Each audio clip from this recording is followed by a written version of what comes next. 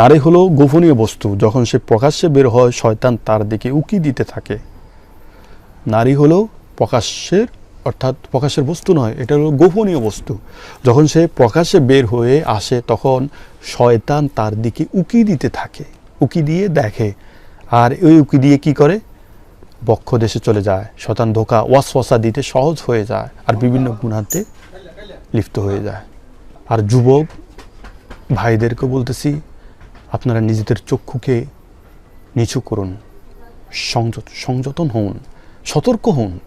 শয়তান এদিকে এই সুযোগ নিয়ে আপনাকে ওয়াসওয়াসা দিতে চায় যে একজন নারী বের হচ্ছে, তুমি ওর দিকে তাকাও, ও সৌন্দর্য দেখো, দেখো কত সৌন্দর্য।